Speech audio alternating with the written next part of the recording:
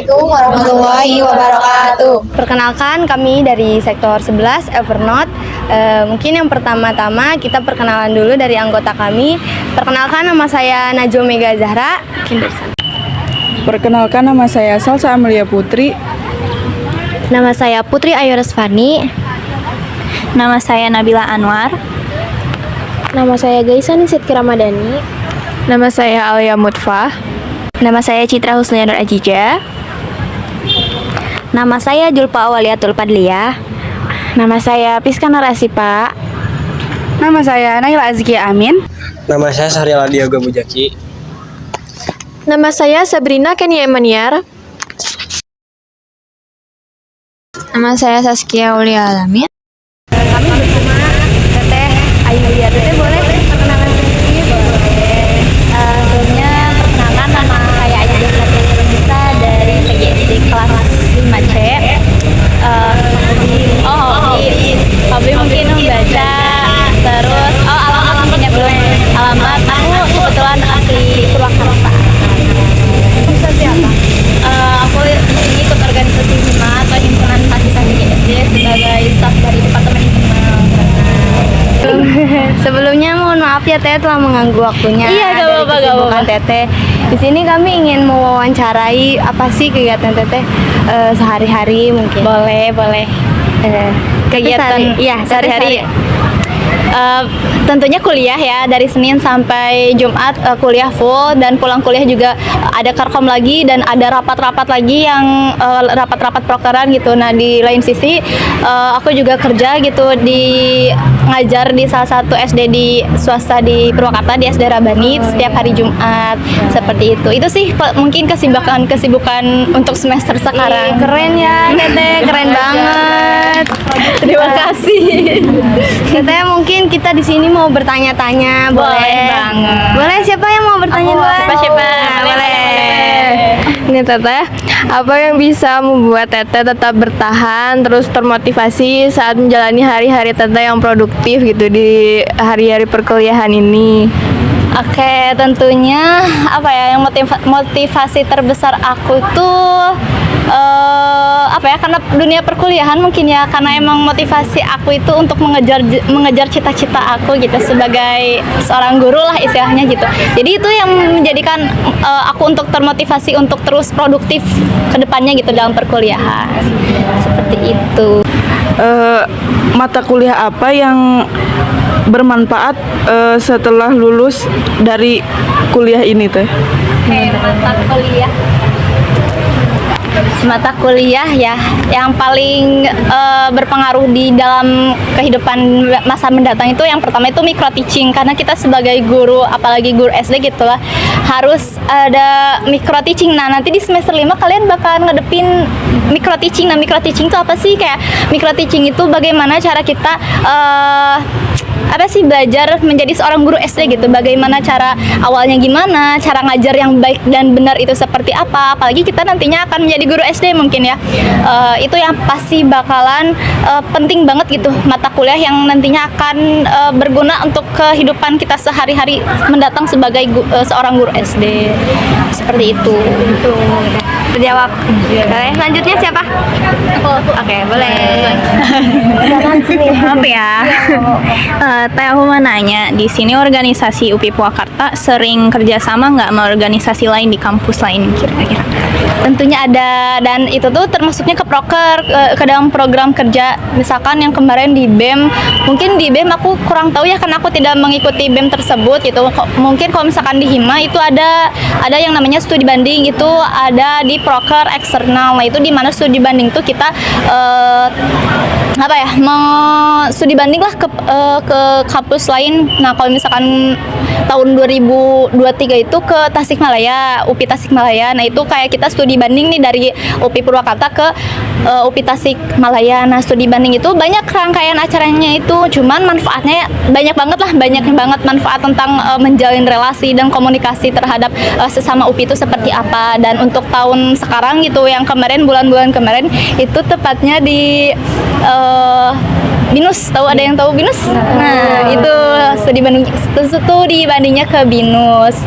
Tentunya setiap himpunan pasti bakal ada studi banding gitu. gitu. Betul, di BEM juga ada studi banding. Seperti itu sih, menjalin kerjasama dengan kampus lainnya. Kalau itu diadainnya setiap per tahun, per bulan apa? Per tahun. Oh, per tahun. Berarti per tahun ada gitu ya, Teh? Betul, dan juga di himpunan lain tuh biasanya ya di himpunan contohnya di HMSTI gitu kan nanti bakal ada FIS ya. Nah biasanya di FIS itu bakal ada kerjasama sama kampus lain kayak Purwakarta, Subang, Karawang bakalan bergabung gitu untuk lomba-lomba futsal, lomba games, terus lomba apalagi banyak ya. Itulah di setiap himpunan pasti berbeda-beda gitu. Tapi pasti ada kerjasama dengan himpunan kampus lain gitu, kampus luar itu. Ya. Biasanya studi banding tuh kita yang jadi tuan rumah atau kita yang nyamperin ke setiap ajakannya tuh? Oh, kemarin tuh kita ada dua studi banding dari UPI Cibiru, Tasikmalaya, Bumsil tuh ke sini, ke UPI Purwakarta. Iya, kita yang jadi tuan rumah. Nah, di situ banyak banget komunikasi yang terjalin gitu. Jadi yang kita nggak tahu dari kampus lain tuh ternyata kita bisa tahu di studi banding tersebut gitu. Nah, kalau misalkan kemarin tuh yang ke UPI Tasikmalaya itu kita yang mau menjalin studi banding ke UPI kampus Tasikmalayanya. Jadi kitanya yang ke Tasikmalaya gitu. Kita yang mengajukan gitu. Menurut Teteh, bagaimana mahasiswa PGSD dapat meningkatkan kolaborasi dalam kelompok belajar untuk meningkatkan pencapaian hasil yang lebih baik gitu? Tentunya yang pertama itu menjalin komunikasi dengan baik gitu ya. Yang pertama itu komunikasi jalin dengan baik dan sebaik-baiknya gitu ya dengan teman-teman kelompoknya, dan juga hargai pendapat setiap kelompok gitu, hargai pendapat setiap teman-teman yang lain yang ingin berpendapat gitu. Jangan sampai ada yang tidak menghargai pendapatnya dari si teman itu. Gak apa-apa, gak bagus pendapat dari teman tersebut, tapi hargain. Itu sih yang paling utama tuh, hargain setiap teman-teman yang lainnya. Walaupun kita tahu kelemahan dari teman-teman yang lain, tetapi tetap yang pertama itu hargain itu, dan harus menjalin komunikasi yang baik agar terciptanya suatu tujuan yang sama. Berarti Gitu. intinya harus saling menghargai ya, Teh? Betul, saling menghargai dan jalin komunikasi yang baik sih. Itu sih yang intinya tuh. Boleh dari siapa lagi? Di sini mungkin. Oh iya, di sini boleh. Boleh. Oke, aku ya. Apa sih transisi yang paling buat Teteh tuh merasa paling keren gitu, kayak enggak sih? Kayak paling menantang gitu tuh, kayak dari SMA nih terus tiba-tiba masuk kuliah, apakah kejedor sama tugasnya atau gimana gitu, Teh? Culture shock mungkin ya, masuknya ke culture shock. Transisinya tuh itu yang pertama itu tugas yang sangat amat banyak gitu ya di perkuliahan gitu, dan juga mata kuliah setiap, ternyata tuh mata kuliah di perkuliahan sama mata pelajaran di SMA itu sangat beda gitu. Betul, kalau misalkan kita nggak ada dosen nih di hari Senin, nggak ada dosen. Nah itu tuh bukan termasuk ke jam kosong. Bukan termasuk, tapi itu tuh diganti jadwal ke hari-hari lain. Yang penting si jadwal dosen tersebut harus terpenuhi gitu. Itu sih yang paling culture shocknya itu. Dan juga ada lagi kalau misalkan pulang kuliah ternyata harus ada kerkom lagi. Kalau misalkan dulu tuh pulang SMA ya udah pulang gitu ya, pulang. Dan ternyata sekarang tuh harus ada kerja kelompok lagi, terus juga ada belajar mandiri lagi. Itu sih yang paling culture shock dalam perkuliahan dari SMA transisi ke menuju perkuliahan itu. Bagaimana ya, Teh, cara membangun hubungan baik dengan dosen, teman, dan senior dalam kuliah dan organisasi? Oke. Yang pertama untuk dosen dulu nih ya, yang terutama tuh menurut aku mendingan jadi PJ dulu. Yang pertama tuh jadi PJ agar menjalin hubungan yang baik dan supaya kita juga bisa dikenal sama dosennya. Itu sama yang kedua itu aktif di kelas dan sering bertanya lah, intinya tuh sering bertanya dan sering berinteraksi dengan dosen. Dan juga jangan lupa 5S-nya ke dosen tersebut gitu. Walaupun kita dosen tersebut bukan ngajar di kelas kita, yang penting kitanya udah 5S. Itu sih yang paling utama di dosen itu. Nah mungkin untuk teman-teman dan cuttingnya sama, itu juga 5S. PKS dan juga harus sering sering aktif bertanya lah kayak ke temen atau ke cutting juga, nanyain tentang perkuliahan atau nanyain tentang hal-hal yang menurut kalian itu belum tahu gitu di dunia perkuliahan itu seperti apa. Itu juga yang harus ditanyain ke cutting biar biar terjalin komunikasi yang baik itu. Dan juga kalau misalkan ada kepanitiaan yang ada di kampus, gak apa-apa ikutin aja selagi itu enggak mengganggu aktivitas kita, gak apa-apa ikutin aja. Itu juga salah satu untuk membangun relasi kita kepada teman prodi lain ataupun cutting gitu. Itu sih menurut aku. Baik, jadi intinya nggak boleh jadi anak pendiam Betul. gitu ya Teh. Mungkin Jangan harus jadi kupu-kupu aktif, gitu. kupu-kupu, iya. Boleh dari siapa lagi? Citra udah. Ya, aku lah. Kamu dulu. Apa tantangan utama dalam manajemen waktu perkuliahan di PGSD dan bagaimana cara Teteh untuk mengatasinya? Tantangan manajemen itu paling di aku tuh bentrokan ya, karena tidak sesuai timeline schedule. Kadang kita tuh udah memanajemen waktu dan udah memanajemen sebaik-baiknya dengan cara ngeplan schedule lah, membuat schedule gitu. Tetapi malah bentrokan, itu sih yang salah satu tantangan yang emang sulit dalam manajemen perkuliahan itu. Nah, mungkin untuk solusinya kita juga harus meng-cross check lagi gitu, supaya tidak ada kegiatan atau tidak ada agenda yang perlu dibentrokan gitu dalam hal akademik ataupun dalam hal kegiatan di organisasi. Itu sih salah satunya. Mau lanjutin pertanyaan dari aku gitu ya. Boleh. Pertanyaannya tuh, mengapa kita perlu mempelajari manajerial buat kita sebagai mahasiswa gitu? Oke. Tentunya sangat perlu gitu ya untuk memahami atau mempelajari tentang manajerial waktu perkuliahan gitu. Karena apa? Karena manajemen ini sangat penting gitu untuk nantinya kita berkuliah dan beraktivitas di lingkup kampus gitu. Karena nantinya akan, kalau misalkan nggak memanajerial waktu, tentunya akan bentrok satu sama lain. Terus juga karena saking nggak bisa memanage waktunya itu, jadi ambyar gitu. Jadi kayak bingung ini mau kemana tujuannya, itu sih. Jadi intinya kita perlu banget untuk memanajerial waktu supaya tidak bentrokan dengan hal-hal lain, tidak bentrokan dengan kesibukan kita, dan terutama kita udah memiliki tujuan untuk kegiatan-kegiatan yang akan mendatang itu. Ya, Teteh, mungkin itu saja yang mau kami tanyakan sama Teteh.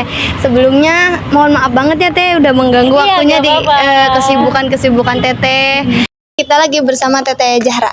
Teteh boleh perkenalan dulu? Iya. Oke, perkenalkan saya Azhar Salsabila Aldila dari PGSD Angkatan 2021.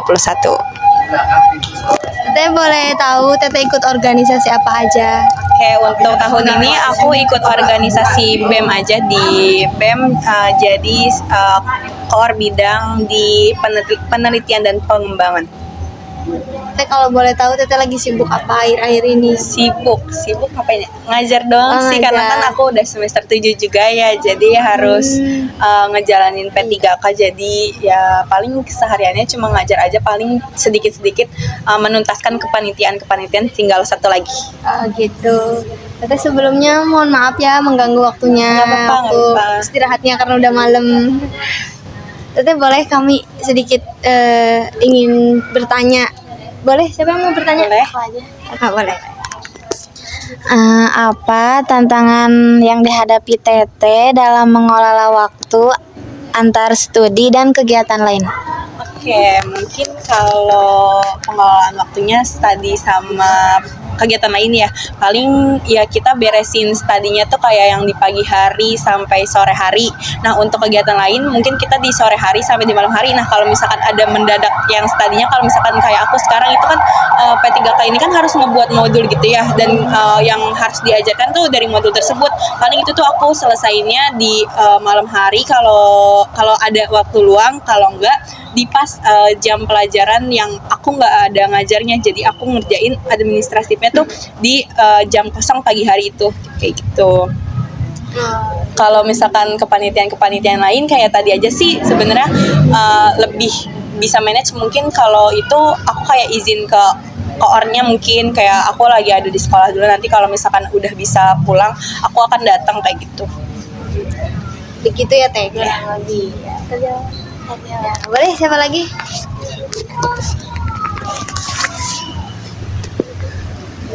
Apa yang bisa membuat Teteh tetap bertahan dan termotivasi saat menjalani hari yang produktif yang pastinya melelahkan selama semester berjalan? Oke, apa ya yang mau bertahan? Pasti yang pertama orang tua ya. Orang tua, terus teman-teman yang suportif juga, terus apalagi ya diri sendiri sih lebih penting, karena kayak ya udah kita kuat-kuatin aja, karena juga apalagi aku ya udah semester 7, kayak kalau misalkan menyerah itu udah tanggung banget ya, kayak jadi ya udah dikuat-kuatin aja setiap malamnya, kayak ayo bisa maafin diri sendiri setiap malamnya, saya besok kita semangat lagi kayak gitu paling. Jadi kayak lebih ke evaluasi sendiri dan menyemangati diri sendiri aja sih. Terima kasih Teh. Ada yang lagi? Boleh? Kalau dari saya, menurut Teteh apa sih manajerial perkuliahan itu menurut Teteh itu apa? Oke, manajerial perkuliahan. Nah, itu kan manajerial perkuliahan itu kan termasuk ke dalam struktur ya, struktur si perharinya. Itu tuh lebih ke prioritas kalian tuh ada di mana. Jadi kalian tuh mulai sekarang kalau misalkan sebelum memulai hari gitu, boleh nih kalian tuh tulis dulu misalkan di hari ini ada matkul apa aja. Nah, itu tuh boleh boleh ditulis gitu ada apa aja. Nah, misalkan kalian udah ikut kegiatan lain, boleh prioritasin mana nih misalkan yang kalian tuh sebenarnya dibutuhin di mana kayak gitu. Jadi kalau misalkan kalian dibutuhin di sini, ya udah sok kalian ke sini, nanti yang ini diberesin belakangan. Kalau misalkan yang ini lebih dibutuhin, jadi kalian ke prioritas yang terlebih dahulu. Apakah Teteh pernah merasakan kewalahan sama tugas-tugas di hari yang sama gitu? Terus gimana cara Teteh nyelesain tugas-tugas itu Teh di dalam waktu itu juga? Oke, kewalahan pasti sering ya, apalagi aku panitiaan juga lumayan banyak, apalagi pas kemarin-kemarin ya, itu tuh bener-bener banyak banget, jadi bener-bener kewalahan. Nah, untuk menyelesaikannya paling sama kayak tadi, prioritasnya yang mana dulu, yang dibutuhin yang mana dulu, jadi aku ngerjainnya tuh bener-bener yang dibutuhinnya terlebih dahulu, dan yang lainnya tuh bukannya dientar-entarin, tapi nanti dulu. Tapi kalau misalkan yang ini udah beres langsung dikerjain, karena kan yang pasti yang satunya lagi kan pasti dibutuhin ya, jadi lebih ke prioritas aja, kalian harus nyelesain yang mana dulu kayak gitu. Ada lagi? Kalau nggak kejawab tanya aja lagi ya.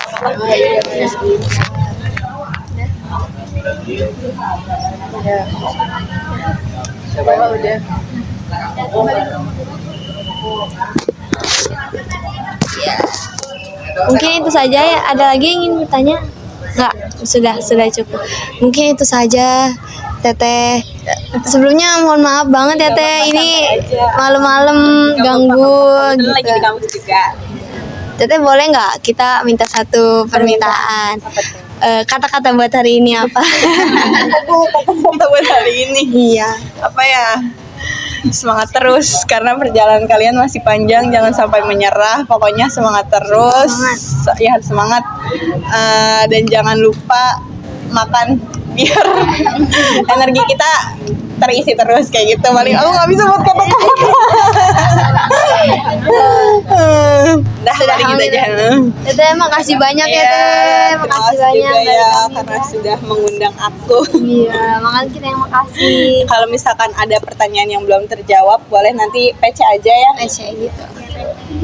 Dan, dan kalau mau tanya-tanya lebih, kalau misalkan mau sharing-sharing boleh, ntar kita ketemu aja. Siap. Makasih Teh. Makasih ya Teh. Nah gitu teman-teman, mungkin itu saja dari sektor 11. Kurang dan lebihnya mohon maaf. Wassalamualaikum warahmatullahi wabarakatuh. Semangat ya. Terima kasih.